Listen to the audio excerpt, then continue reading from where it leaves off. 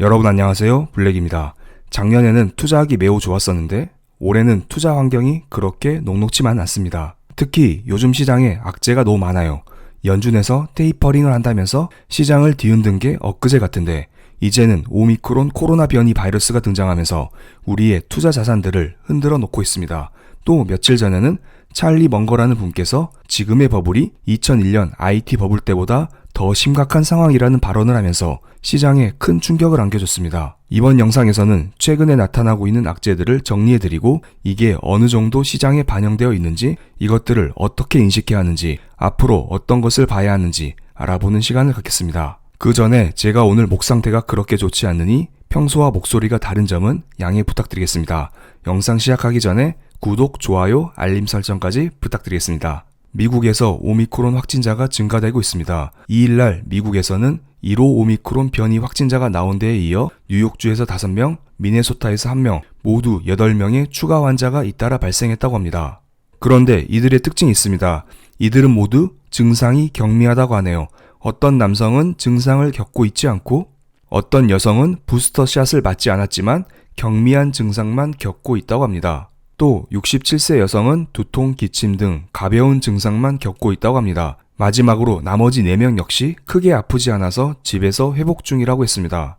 하지만 오미크론 바이러스가 지금 초창기 상태라 어떻게 될지 아무도 모릅니다. 그래서 옐런 재무장관은 최근에 오미크론 변이가 세계 경제 회복의 위험 요소라는 발언을 하기도 했습니다. 옐런 재무장관이 말하길 새 변이에 대해서 지금 시점에서는 회당 위협이 얼마나 심각하게 번질지 매우 불확실하기 때문이라고 했습니다. 그리고 미국 나스닥 지수는 최근 금요일에 1.92%나 빠졌습니다. 어떻게 보면은 오미크론 바이러스 때문에 빠졌다? 이렇게 생각을 할 수도 있고요. 하지만 오미크론 바이러스 증상 경미하다면서 그런데 2% 이렇게 빠졌어? 또 다른 이유가 있는 거 아니야? 이러한 의구심을 가질 수가 있습니다. 그래서 오미크론 바이러스가 얼마나 심각한지를 알아보는 WTI 국제 유가를 살펴보겠습니다. 나스닥 지수가 2% 빠졌을 때 국제 유가는 0.4%만 하락했습니다. 생각보다 낙폭이 그렇게 크지가 않습니다. 그리고 쭉 상승하다가 윗꼬리를 달면서 하락한 패턴입니다. 그럼 저는 그 전날을 보겠습니다. 그 전날 국제 유가는 1.4% 오히려 상승했습니다. 오미크론 바이러스가 심각하다는데 오미크론이 터진 지 며칠 되지 않았는데 국제 유가는 소폭 상승했던 것입니다. 이때 오펙 플러스 회의가 있었는데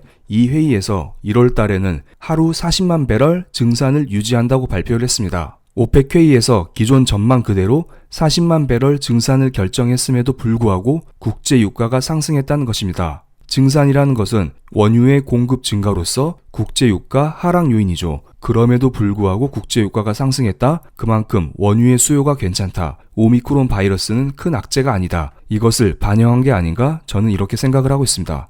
그런데 지난주 금요일 미국 증시는 도대체 왜 하락했을까요? 금요일 미국 장전에 고용 보고서가 발표되었습니다. 위쪽은 비농업 부문 고용자 수이고 아래쪽은 실업률을 나타낸 것입니다. 여기에선 잘 보이지 않을 수도 있지만 비농업 부문 고용자 수는 매우 적은 수치를 기록하고 있습니다. 지난 10월 달에는 54만 건을 기록했는데 이번 11월 달에는 불과 21만 건을 기록했습니다. 매우 적은 수치이죠. 생각보다 고용이 그렇게 강하지 않다. 이런 것을 알 수 있고요. 그리고 이 집계 수치는 오미크론 코로나 바이러스가 터지기 이전입니다. 그렇기 때문에 오미크론 바이러스의 상황이 반영이 되면은 앞으로 고용시장은 더 안 좋아질 수 있다. 이러한 우려감이 들 수가 있겠네요. 그럼 연준에서 테이퍼링을 지연할 수도 있고 조금 더 완화적인, 비둘기적인 정책을 펼칠 수 있지 않을까요? 그런데 실제로 연준은 그런 발언을 하지 않았어요. 고용 보고서가 나온 직후 세인트 루이스 연은 총재는 이런 말을 했습니다. 연준 테이퍼링 가속화하고 싶어 할 것.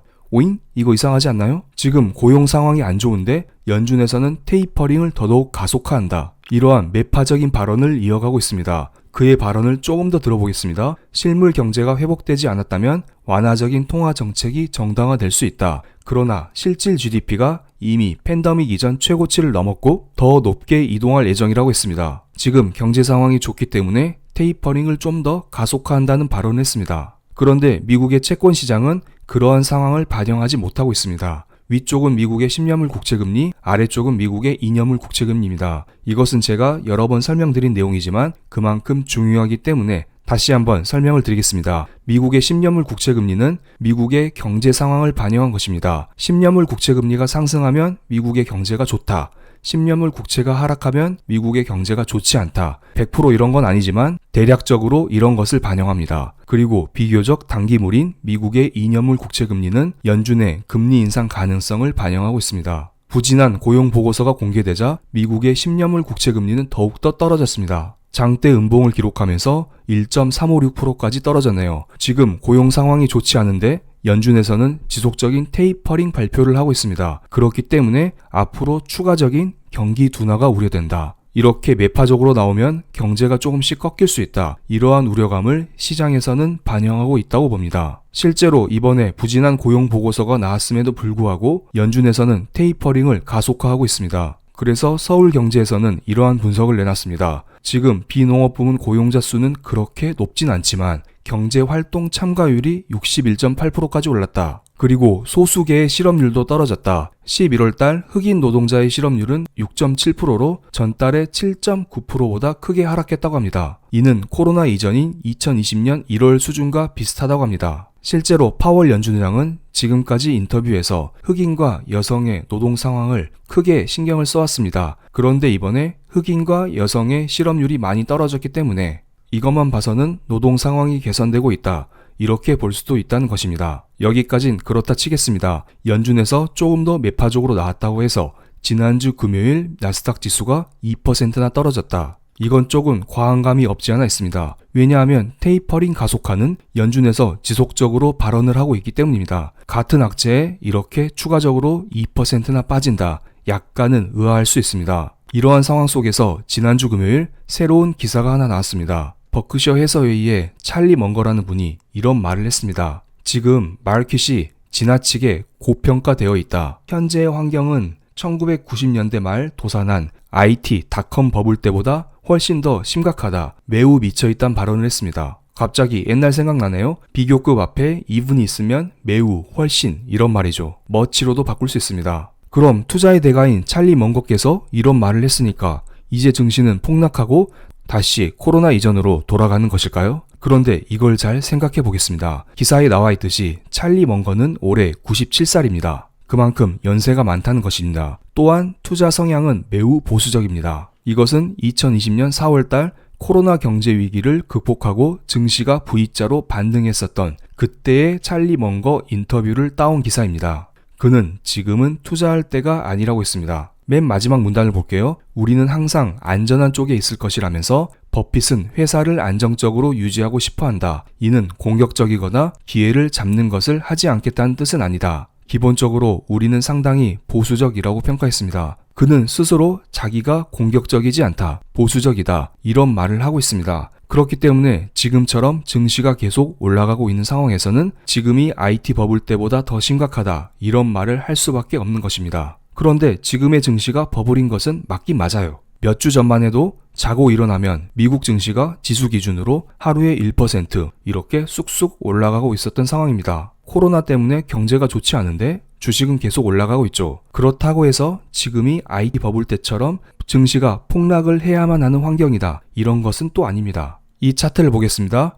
파란색이 미국의 기준금리이고 검은색이 미국의 다우지수입니다. 주식에서는 나스닥을 가져와야 조금 더 정확하지만 다우밖에 가져올 수밖에 없어서 다우지수를 가져온 점은 양해를 부탁드리겠습니다. 2001년 IT 버블이 터졌을 때에는 미국의 기준금리가 상승하던 시기였습니다. 기준금리가 오른다는 것은 조달금리가 올라간다는 것이죠. 사람들은 높아진 조달금리를 견디지 못해서 그때 당시에는 IT 버블이 터졌던 것이고요. 그런데 지금 잘 보세요. 지금은 여전히 연준에서 제로 금리를 유지하고 있습니다. 유동성이 풍부한 상황이라는 것이죠. 그렇기 때문에 지금의 증시를 2001년 IT 버블 때와 비교한다는 것은 조금은 맞지 않아 보이고 오히려 저는 다른 시기와 비교하고 싶습니다. 연준은 2015년 12월 달에 기준금리를 인상했습니다. 그리고 금리를 인상하기 전에 증시는 꽤 많이 요동을 쳤고요. 그래서 저는 2014년도와 지금을 비교하는 게 조금은 맞지 않나 이런 생각을 하고 있습니다. 나스닥 지수 월봉 차트를 보겠습니다.